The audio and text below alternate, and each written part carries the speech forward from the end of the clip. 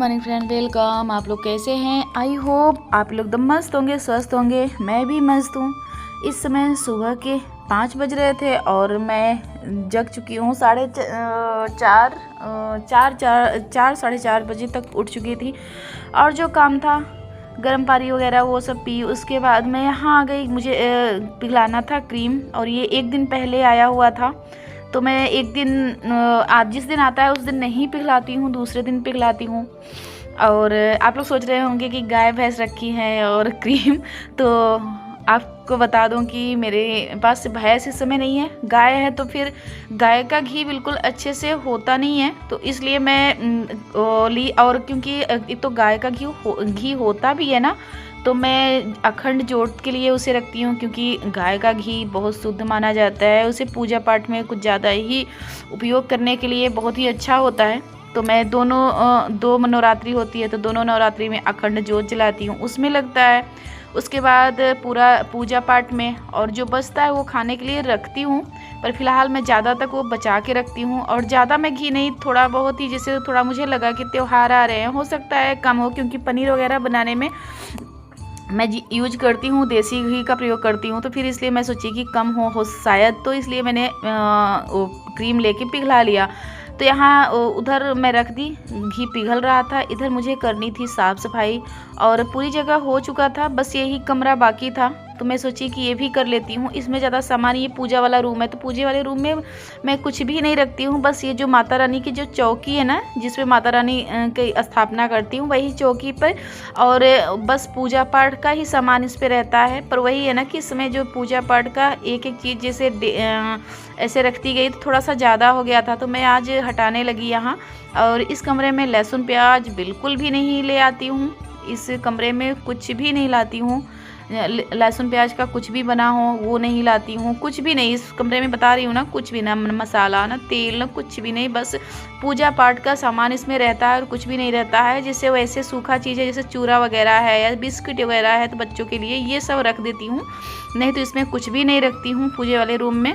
बस इसमें एक मेरी अलमारी है और मेरे कपड़े हैं, बस, और कुछ भी नहीं है।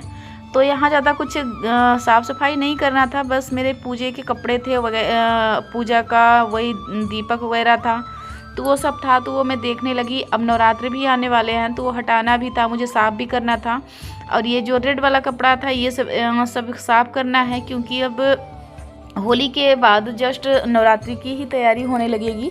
तो सारे मुझे कपड़े अभी तो होली तक तो मैं शायद ना साफ़ कर पाऊँ, क्योंकि मेरे पास बहुत सारे काम है, बहुत ज़्यादा ही काम है, इसलिए शायद मैं ना कर पाऊँ अभी तो इसलिए मैं यहाँ ये सब इकट्ठा करके रख दूँगी। होली जैसे ही बीतेगी वैसे नवरात्रि की तैयारी करने लगूँगी। तो फिर यहाँ जितना सामान था वो मैं हटा दी यहाँ से, और इसको अच्छे से एक एक सामान अच्छे से रख दूंगी। फ़िलहाल रखती हूँ अच्छे से, पर होता है ना कि डेली का डेली नहीं आप कर सकते हो हर काम, और बहुत सारे मेरे पास तो बहुत ज़्यादा एक काम भी हो जाते हैं, उतना मेरा जाना आना भी बहुत हो जाता है, क्योंकि इसमें शादी है ना, तो सबकी शॉपिंग, जैसे जो मेरे भाई की शादी पड़ी है ना, उसकी भी शॉपिंग मुझे ही करनी है, क्योंकि ये मेरे बुआ का लड़का है ना, तो फिर मेरे बुआ के पास कोई लड़की नहीं है, तो फिर मैं ही उनका शॉपिंग भी कराऊंगी, तो उनका भी पूरा देखना है, अपना भी देखना है। और कल तो भाभी का गई थी कराने। तो यहाँ इस डलिए में बहुत सारा सामान जो पुराना था वो मैं निकाल दी, और जो ज़रूरत की चीज़ें थी वो रख दिया, क्योंकि उसमें सिर्फ हवन सामग्री थी। तो जो हवन सामग्री में वो देख भी रही थी, चेक कर रही थी कि क्या क्या है नवरात्रि के लिए, क्योंकि बेल वगैरह ना मैं शुद्ध ही मेरी दीदी कूट के दी थी जो, और इस समय बेल पक चुके हैं, तो अभी तो काम आएगा नहीं। जो कच्चा बेल होता है ना छोटा छोटा, उसे ही कूट के सुखवा के तब उसका हवन ज़्यादा अच्छा होता है। तो वहाँ लगभग पूरी सफाई तो हो चुकी थी, अभी झाड़ू पोछा करना है। फिलहाल जो जितना खराब चीज़ के काम की चीज़ें नहीं थी वो उसे निकाल दिया था। अब वहाँ झाड़ू लगाती, तब तक मैं सोची कि ये घी मेरा अगर मैं वहाँ करती रह गई ना, होता है कभी कभी मेरे साथ 1-2 बार हुआ है कि जैसे अगर काम करते रहो, यहाँ घी रख के चली गई, अगर दिमाग से उतर गया तो जलने का डर होता है, तो इसलिए मैं सोची कि ऐसा ना हो कि मेरा घी ख़राब हो जाए। तो इसी के चक्कर में मैं वहाँ करके और झाड़ू वगैरह नहीं लगाई। मैं सोची कि आगे यहाँ मेरा घी अच्छे से पक जाए तो खड़ी रहती। उसके पहले मैं जितना सामान, मैं कल राशन का जितना, किचन का जितना सामान था वो ख़त्म था, मैं मंगाई। तो मैं सोची यही सब भर लेती हूँ और तब तक मैं घी भी देखती रहूँगी, नज़र के सामने रहेगा तो फिर जलने का डर नहीं रहेगा। तो फिर इसलिए तो यहाँ जितना सामान मंगाई थी, ये वाला डिब्बा आज मैं यूज कर रही हूँ। अब तक ये डिब्बा अब तक आया था, नहीं यूज किया, पर होली के लिए मंगाया था कि क्योंकि होली के जो मसाले होते हैं हर चीज़ रखने के लिए तो सही रहेगा। तो फिर आज मैं ये डब्बा यूज कर रही हूँ। तो यहाँ जितना सामान था मैं यहीं सोच रही थी कि किचन में रहूँगी तो मेरा ये घी नज़र के सामने रहेगा और जो सारे काम है भरने वाली वो भी हो जाएंगे। तो इसके लिए मैं यहीं अपना करने लगी। तो यहाँ सब कुछ भर के और मैं साफ़ सफाई कर ही रही थी, तब से मेरे घर से फ़ोन आता है, अभी बताती हूँ। तो यहाँ ये देखिए, और मुझे ब्लैंकेट साफ़ करना था। ये बहुत ही मोटे मोटे जितने कंबल थे, अब मैं सोच रही थी रखने के लिए, पर एक ये एक्स्ट्रा था और अभी बच्चों वाला नहीं रखूँगी क्योंकि थोड़ी थोड़ी हल्की हल्की भी ठंडी है। तो पर जिसे फ़ैन चलाओ ना, बिना फ़ैन चलाए मच्छर लगते हैं, फ़ैन अगर ना चलाओ तो मच्छर लगते हैं, अगर फ़ैन चलाओ तो ठंडी लगने लगती है। तो इसलिए जो मोटे कंबल हैं बच्चों के वो नहीं रखी, और ये एक्स्ट्रा था एक दो, तो मैं सोची कि रख लेती हूँ। होली में जितना ही सामान अंदर रहे उतना ही ठीक है, मान लो कहीं रंग पड़े। फिलहाल मैं उतना ज़्यादा खेलती तो नहीं हूँ, थोड़ा बहुत ही, पर उतना ज़्यादा मैं घर में, क्योंकि कितना घर में साफ़ सफाई करोगे, इसलिए ज़्यादा होली नहीं खेलती हूँ। घर बाहर ही होली ज़्यादा मैं खेलना चाहती हूँ। तो फिर तब भी ये लगता है कि जितना घर समिटा रहे होली तक में। एक त्यौहार होता है ना, त्यौहार पे लगता है कि कितना अपने घर को अच्छा कर लो, तो इसके चक्कर में त्यौहार में जो समिट जाता है घर तो समिट ही जाता है, नहीं तो उसके बाद नहीं हो पाता है। तो इसके चक्कर में मैं सोची कि जो काम हो जाएगा तो हो ही जाएगा। एक एनर्जी रहती है कि मुझे होली आ रही है, मुझे ये करना है, उसमें जो हो जाता है तो हो ही जाता है। तो इसलिए तो यहाँ ये देखिए, कम्बल साफ़ करने का बिल्कुल आसान तरीका है। आधा मैं डाली और अच्छे अच्छे से उठा के वो साफ़ हो गया। अब फिर से आधा इधर साफ़ कर लेना। तो ऐसे ना हाथ से उठाओ तो बहुत वजन होता है, पानी इसमें भर जाए तो बहुत वजन हो जाता है। तो अकेले क्या बस क्या नहीं है अगर, और मेरे पास कोई ऐसा हेल्प करने वाला इंसान नहीं है कि कोई मेरा हेल्प कर दे थोड़ा सा भी, तो मुझे सारे चीज़ को देखना पड़ता है। तो अकेले मैं ऐसे ही करती हूँ, वॉशिंग मशीन में इस तरह से साफ़ कर लूँगी ना तो साफ़ हो जाएंगे।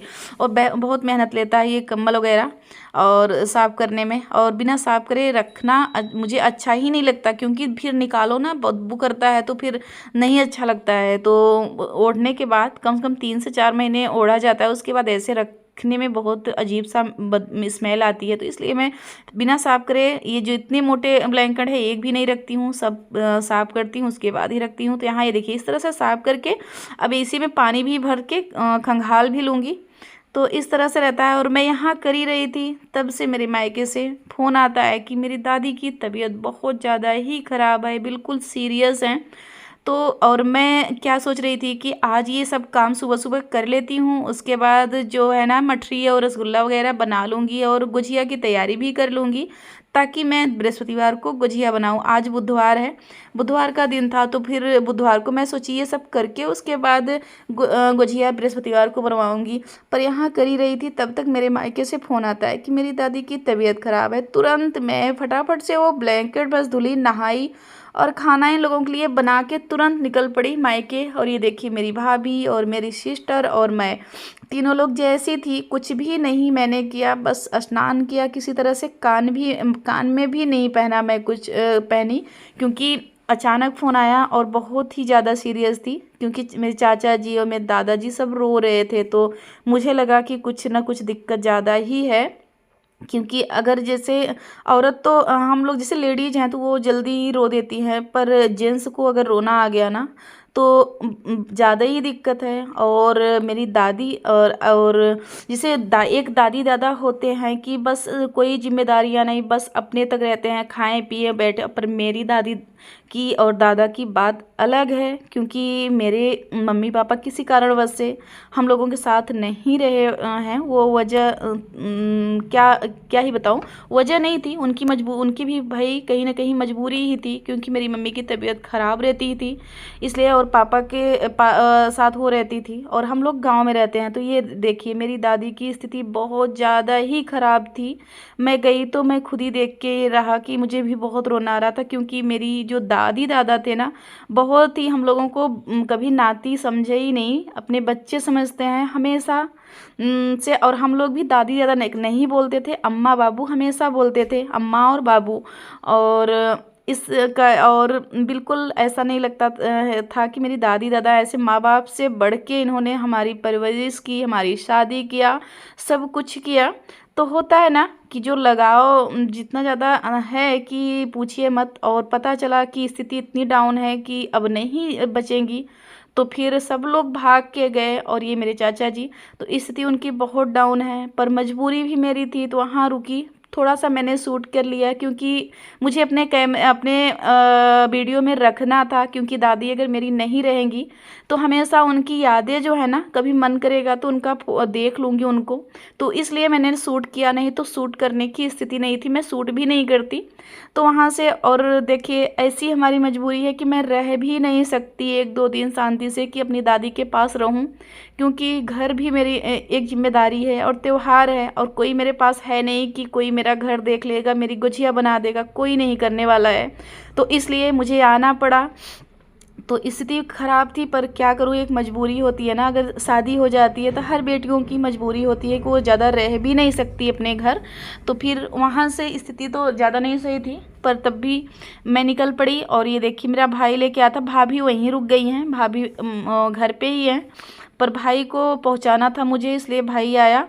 तो यहाँ ये देखिए आ गई थी, और ये रात हो चुकी है, लाइट की वजह से नहीं लग रहा है। नहीं तो इस समय मैं घर पे पहुँची थी तो करीबन 8 बज रहे थे, 8 बजे मैं घर पहुँची। तो बिल्कुल पूरा दिन मैं 8 बजे सुबह निकली थी और शाम को 8 बजे आई, और मेरा पूरा का पूरा काम ही बाकी रह गया, ना भी कुछ भी नहीं बनी है, ना गुजिया की तैयारी हुई है, ना कुछ भी नहीं हुआ है।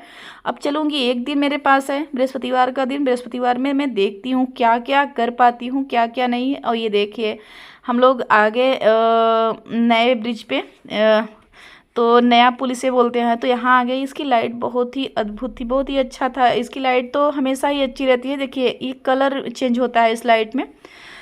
तो होता है ना कि हम बेटियों की नसीब ऐसा है कि अगर चाहते भी हैं मायके रहना तो नहीं रह सकते, क्योंकि जो जिम्मेदारियां हैं ना वो भी हम नहीं छोड़ सकते, क्योंकि हमारी एक जिम्मेदारी है, हमारी ये फैमिली।